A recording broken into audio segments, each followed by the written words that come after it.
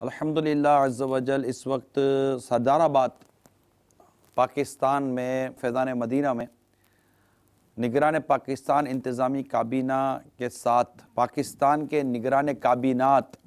جن میں اراکین شورا بھی شامل ہیں، جن کے ذمے دعوت اسلامی کے مدنی کاموں کی ذمہ داری ہے پاکستان سطح کی، جو نگران کابینات کہلاتے ہیں، ان کا مدنی مشورہ جاری ہے اور مجھے بھی بذریعہ نیٹ حاضری کی سعادت حاصل ہو رہی ہے۔ اللہ تعالی ہم سب کو اخلاص عطا فرمائے اور دین متین اور سنتوں کی خدمت کے لیے قبول فرمائے۔ یقیناً پاکستان اس وقت دنیا بھر کے مدنی کاموں کا مرکز ہے، اور اس ملک میں مدنی کام کرنے والے یہ دنیا بھر کے اسلامی بھائیوں کی توجہ کا بھی مرکز ہے۔ دعوت اسلامی کے مدنی کام جس قدر مضبوط ہوں گے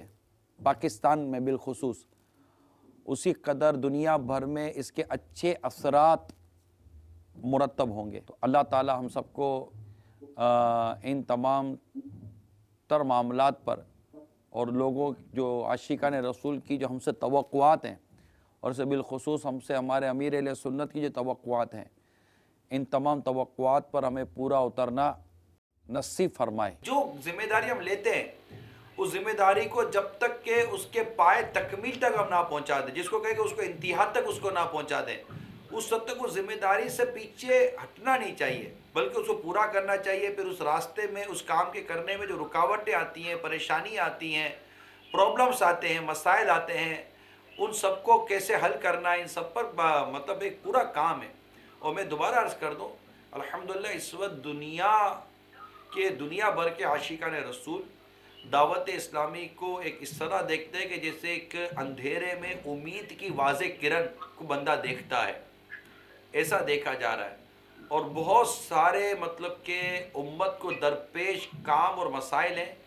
جس کو دعوت اسلامی پورا کر رہی ہے، اور بقیہ جو ہے اس کو بھی مطلب کہ شریعت کے مطابق اور تنظیمی طریقہ کار کے مطابق، تنظیمی گنجائش کے مطابق پورا کرنے کا ہم ذہن رکھتے ہیں۔